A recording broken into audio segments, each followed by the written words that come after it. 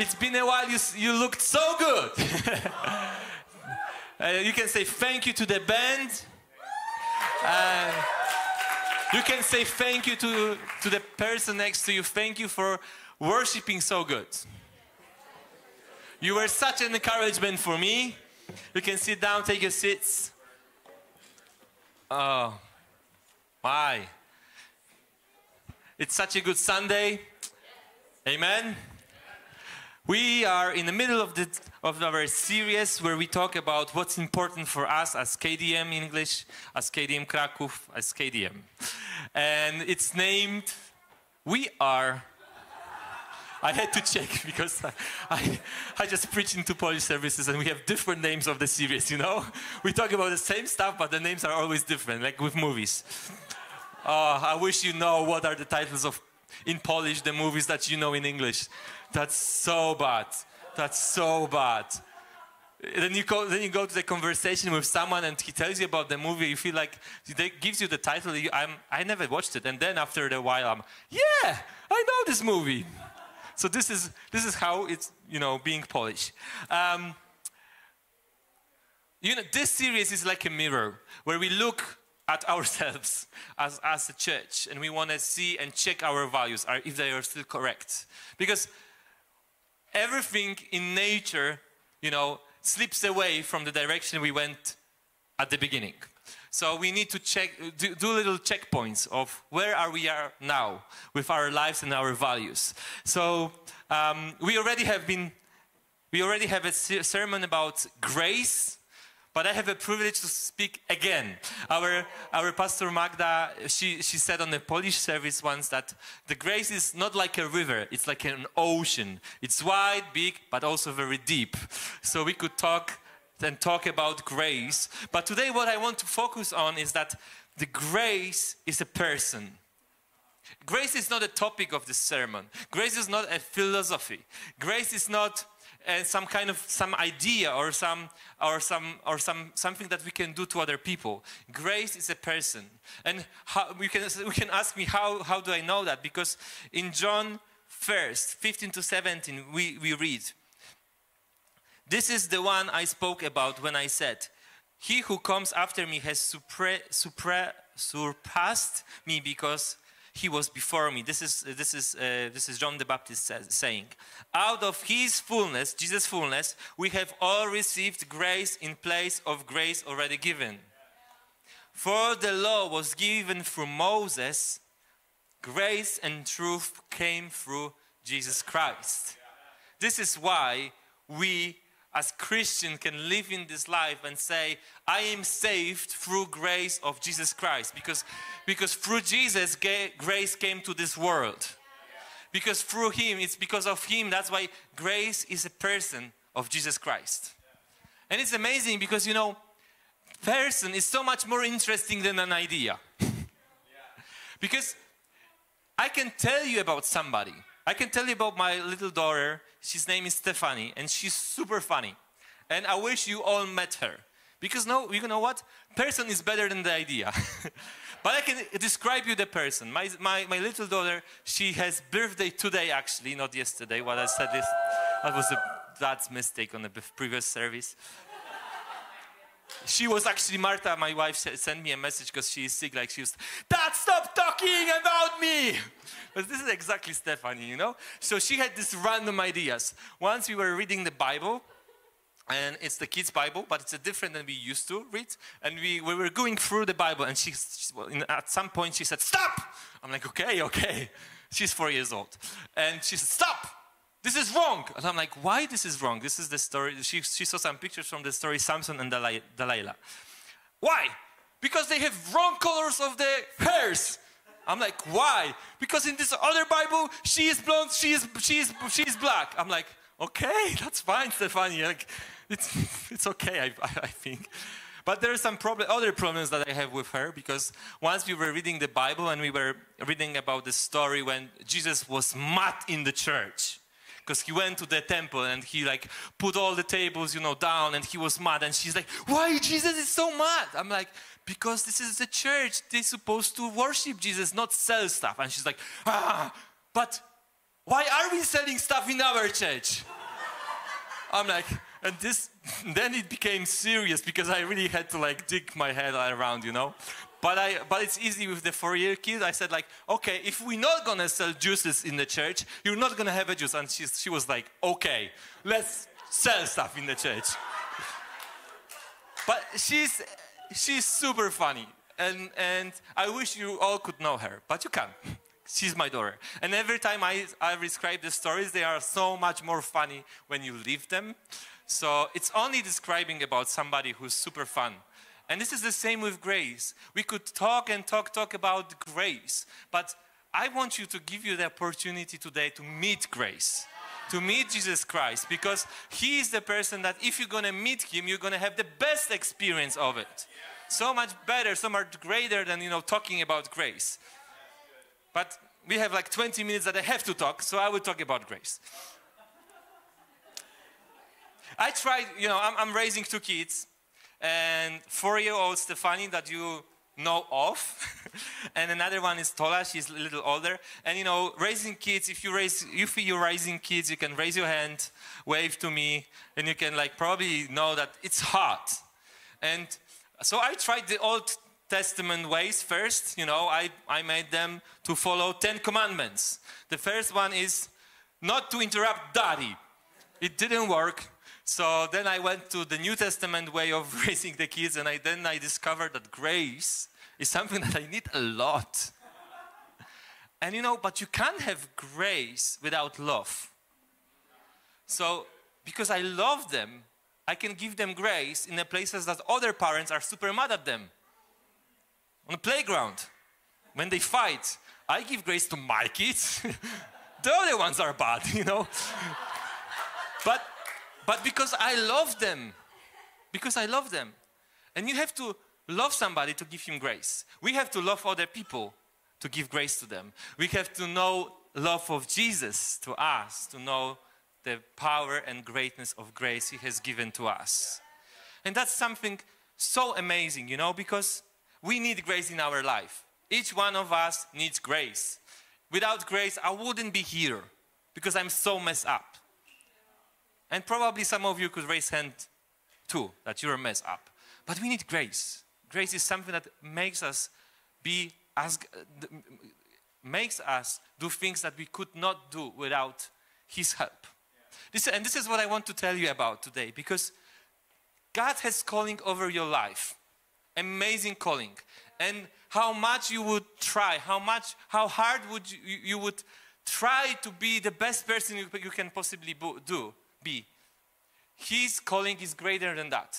You can't do it on your own. You can't make your best routine, you know, for your life. You can't do trainings for something to fulfill his calling over your life. You need grace.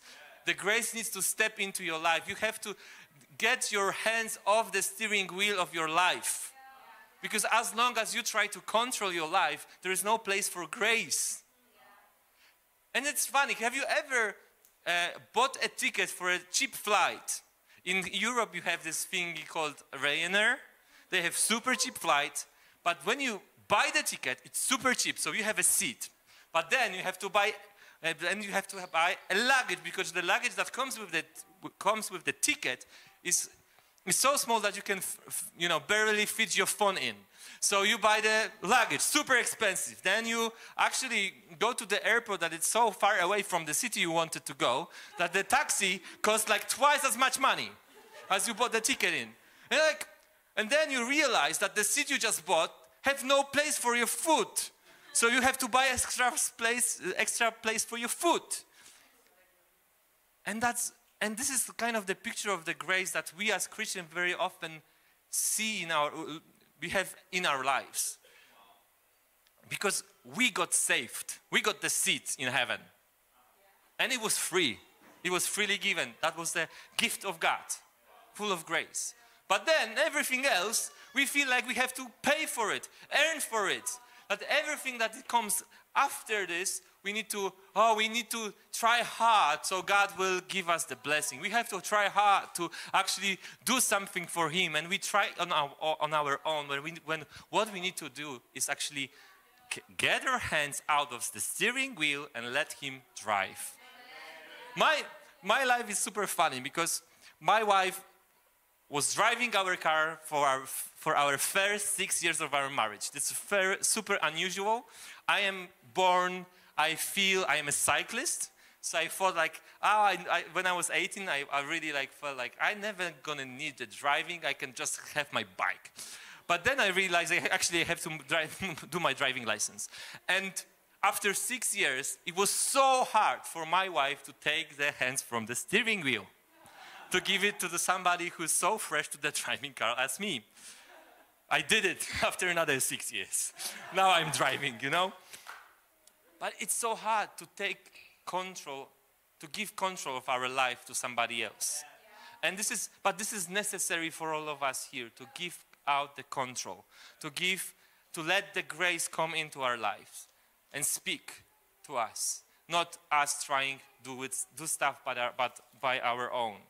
And I want to tell you that we all need to meet with the grace. And there are certain meetings in our life that change us forever.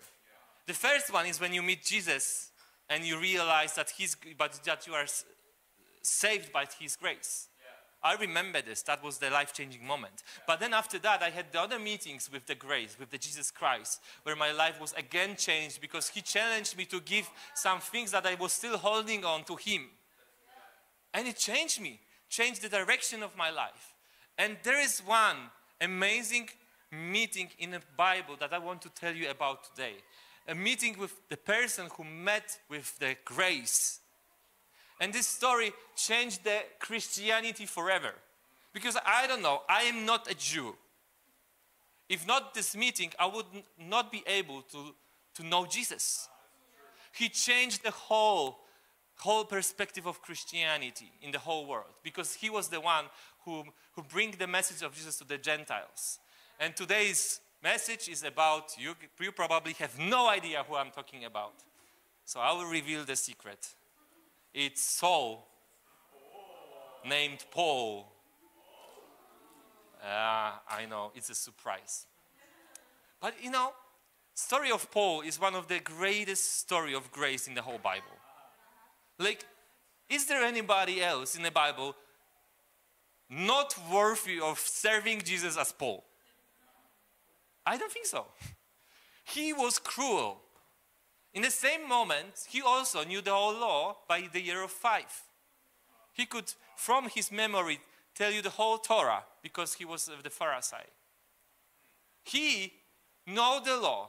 He was super good at it. And he was super passionate about the task he was given to. And the task was what? To kill Christians. That's crazy. And we read the story Bible in Acts 7 that when Stephen was being stoned, he was the one who was actually standing next to him, and he said like, "Hey guys, give me your coats. I will hold your coats, and you're gonna stone him."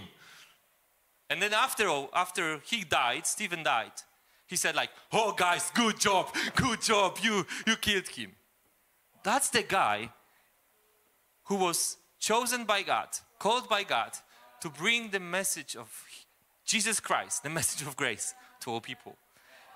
In Acts 9, we read, but Saul, starting with verse 1. But Saul, still breathing threats and murder against the disciples of the Lord, went to the high priest and asked him for a letter to synagogue at Damascus, so that if he found any belonging to the way, listen to that, men or women,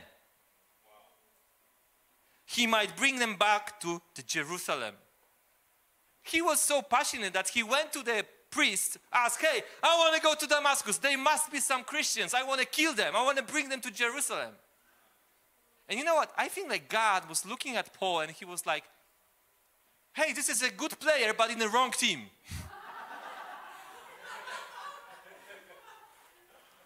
He played for Real Madrid instead of for Barcelona. I know it's risky, but it's true.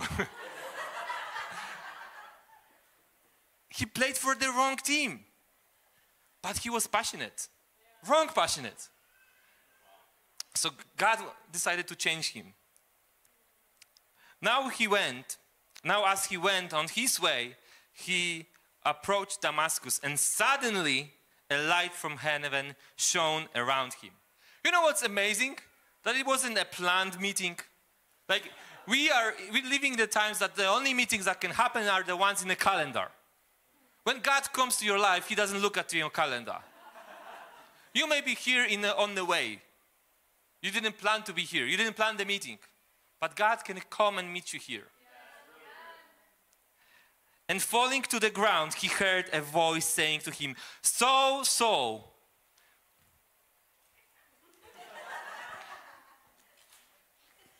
wrong with this Bible? Saul, why are you persecuting me? And he said, who are you, Lord? And he said, I am Jesus, whom you are persecuting. Do you know that was the moment he realized that all people he killed was for the wrong reasons? Because he thought Jesus was a person, he died, they stole the body, and there's no guy. And now he appears to him. You know that this is the first time after Jesus came back to heaven? So he came down for Paul. So he came down to talk to him. And this is the moment I would be crushed.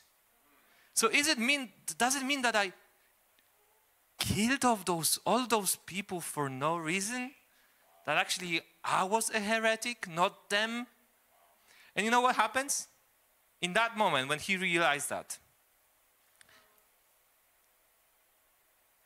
but rise and enter the city, and you will be told what you are to do. That's amazing. Jesus met him, and he didn't allow him to stay in this very dark place. He said, get up, go to the city, I will tell you what to do now. That's amazing.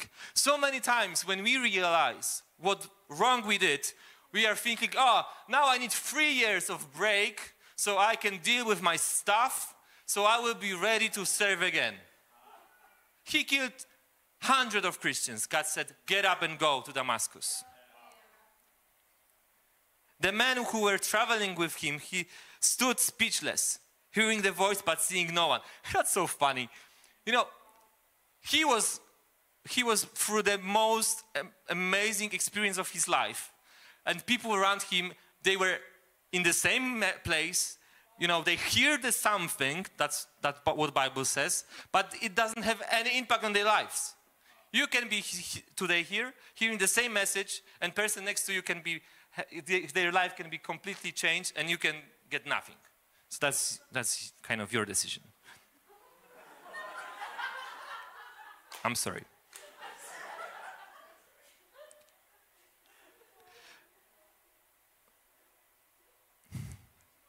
Saul rose from the ground, and although his eyes were opened, he saw nothing. So they led him by the hand and brought him into Damascus. And then for 3 days he was without sight and neither ate nor drink. You know what? I was really thinking and digging and asking God why he had to be blinded. Why? It's weird. And then I realized few things, but one of them is that, you know, when you're blind, your posture has to change.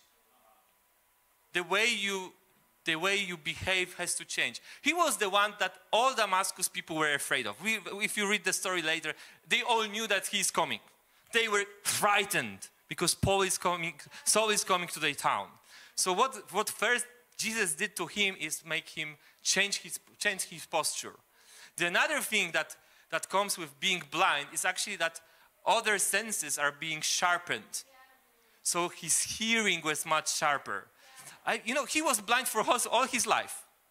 If grace could be, if not grace could be a person, that would be Saul. It's anti-grace. So he wasn't hearing anything that Jesus was telling. Even though he heard it, he didn't hear it, kind of. So now he had to hear and listen to what Jesus is speaking. Because he's blind for 3 days. And he's thinking of all the things that happened, and he's listening. But what is amazing when you're blind, you walk differently, and you have to be now led by somebody. Because you can't go by your own.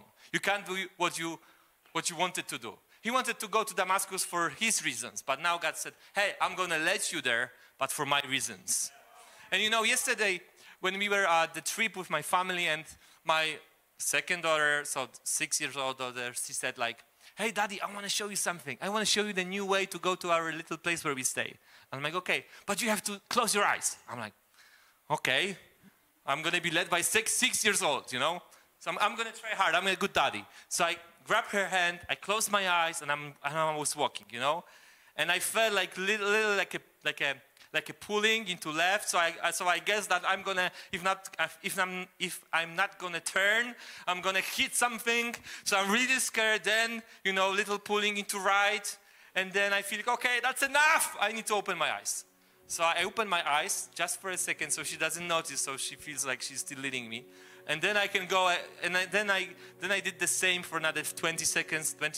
I couldn't stand having my eyes closed. It's hard. It's hard to be led by the 6 years old when there is so many poles around. But you know, his eyes were closed for 3 days. The same people who were with him to actually go and capture Christians now were the ones who had to let him. He was the leader. Now he has to be a follower. So what grace changed in him, it's going to change in you, that for sometimes when you're going to receive grace, when you're going to let go your things, when you're going to let your hands out of the steering wheel, there will be a moment of a darkness when you don't know what's going to happen, when it's dark and you have to be led. But you don't have a 6-year-old daughter leading you, but you have Jesus Christ. And there is nobody else better than him to let you. And the places he's going to take you in are so much better. Because of what happened, we can be Christians now. Because Paul was led by Jesus. The whole nations were changed. People, because he received grace, so he can give grace. And you know, I know that there is so many of us here. And I had these moments in my life where I had to let go certain things. I had to say, Jesus, I was okay, but I think like now I'm taking a little bit more of control in this area of my life. And today it's a checkpoint. Is there anything in your life that you have to again let go? And give Jesus, say to Jesus, hey, I need grace because I'm trying on my own and it doesn't work well. So please come. I know it's going to be dark for a moment and I don't know what's going to happen, but I'm led by you. And today could be a meeting, this meeting with grace for you. And I know that Holy Spirit is here and He wants you to let go. He wants you to give Him a permission, another permission. Hey, I'm giving you all I have, everything, nothing left for me, because I want you to be the one who's driving my wheel. I want you to close your eyes right now.